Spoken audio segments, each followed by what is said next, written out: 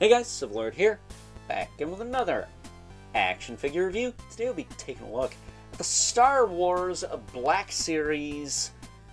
Not sure if it's Revenge of the Sith or Attack of the Clones, but for me it's definitely Star Wars Clone Wars, because we're talking the second to last main character from the Jedi Council.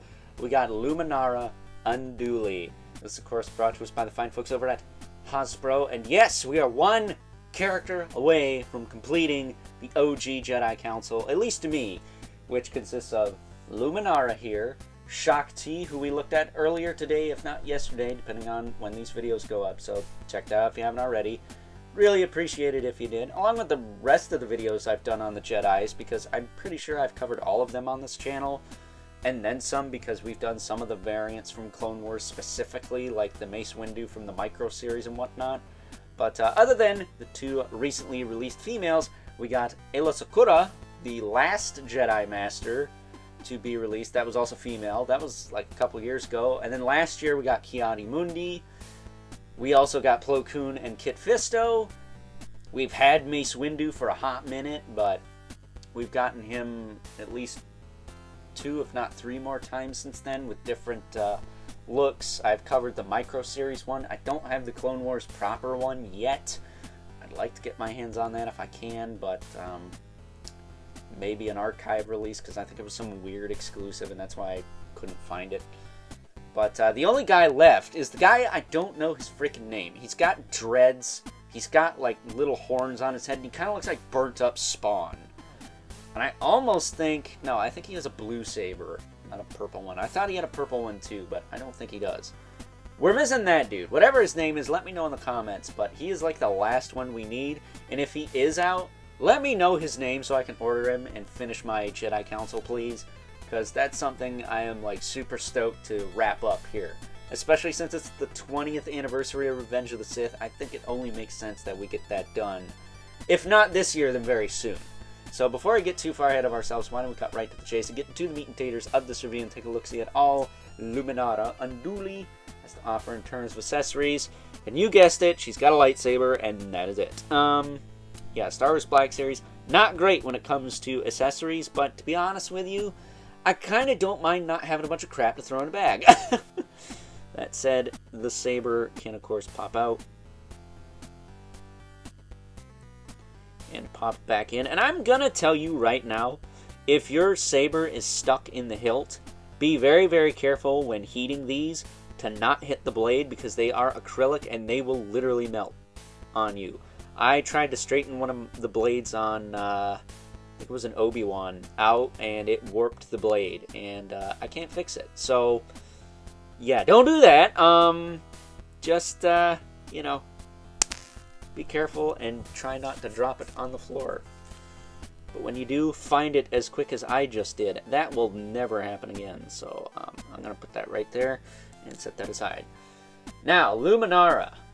A little history with Luminara. She was one of the coolest Jedis in Clone Wars. Her and Aayla Secura, as well as Kit Fisto and Plo Koon. They were in it probably the most. Outside of the main ones, like, of course, Anakin, Obi-Wan, Mace Windu, and the like, but I do remember a lot of episodes with Luminara, a lot of episodes with Aayla Secura, a lot of episodes with Plo Koon and Kit Fisto, especially Plo Koon and Luminara. I think they're probably utilized the most. That said, Luminara is arguably the most human out of the female Jedis, since she doesn't have tendrils coming out of her head. But to be honest with you, I think Aayla Secura is still the hottest, because you can't beat a Twi'lek, and then Shakti's second hottest, because, well, it's just older Ahsoka. And then Luminara is fine, but this head thing just doesn't do it for me. But as far as her articulation goes, her head will look side to side, as well as up and down. I'm assuming it's a double ball peg like Shakti was, but don't quote me on that. I'm pretty sure that's exactly what it is. Her shoulders can pop out. They will swing back and forth. Actually, pretty decent. I'm surprised how well those move. They're getting better with the butterfly joints, people. What can I say? You can move the arm forward and back. She does have a single jointed elbow. It does bend quite a bit, as well as rotate. She does have the correct hinge for holding stuff with rotation. I will say the hands could be a little stiffer, not gonna lie. Ooh, there we go. Now it wants to move. I will say one of her elbows was pretty stiff. I think it was this one. But it seems to work now. So be careful with the elbows. You don't want to snap those, but they seem okay. Torso actually gets decent range. A little better than Shock T's. But she doesn't have all this stuff going on like Shock T. She's got like a sleeveless robe. She does have a rotation as well. I don't think this is the same torso as Shock T. I think it's different. It's definitely not the same as Ayla Sakura because she doesn't even have the butterfly joints. She doesn't have a bunch of clothes to hinder it either. Hips can kick out, back down, forward and back. She does have the same legs as Ayla Sakura and Shock T though, which is fine. She does have a thigh cut, double knee, silhouette the boot, as well as a hinge in the foot with a rocker. The peg holds the bottom of the feet, but unlike Ayla Sakura, she has flat shoes, so she can stand up just fine. Flat boots, excuse me.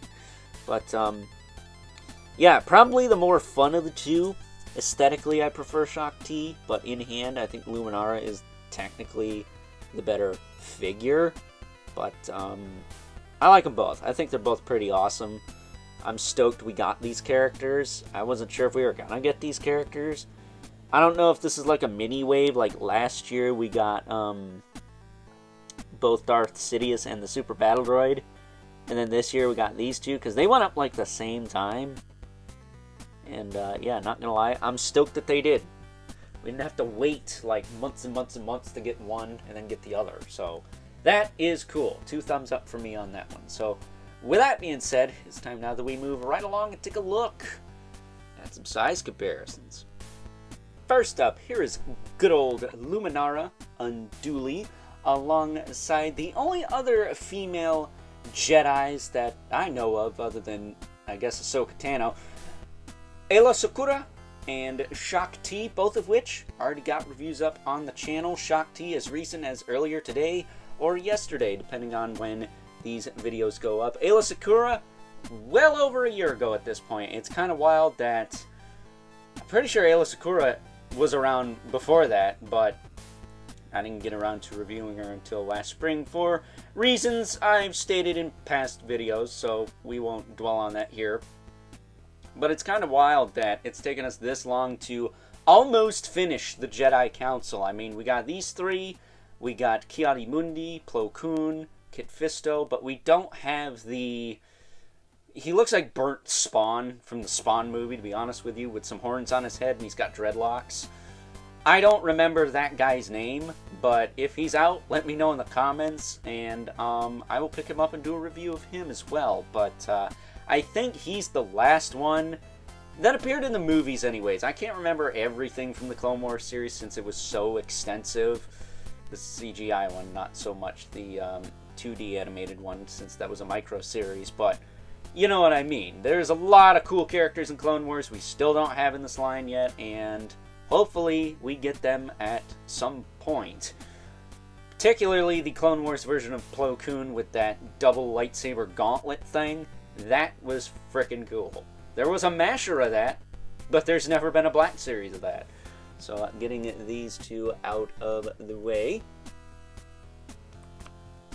so we can bring in our two regulars, the Mythic Legion's Brother Mandibilith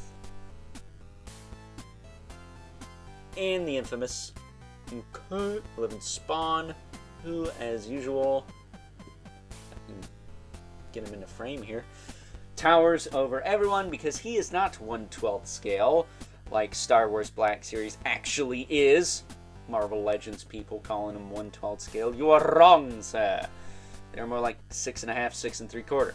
Spawn here, however, is a 7-inch figure, so he's a giant compared to Luminara here. So with that being said, it's time now that we wrap things up with some final thoughts. Overall, and much like the other female Jedi we took a look at recently, Shock T, I pretty much feel the same way about good old Luminara Unduli here.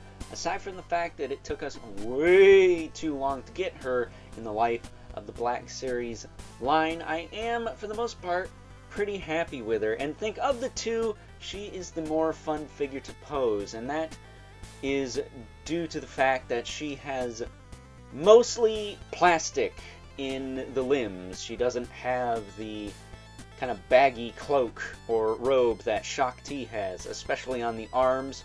She has plastic sleeves instead of soft goods ones, so they're a little bit easier to manage, making her mostly more fun to pose around. So, with that being said, I hope you guys enjoyed this review. Until next time, I'll catch you guys later.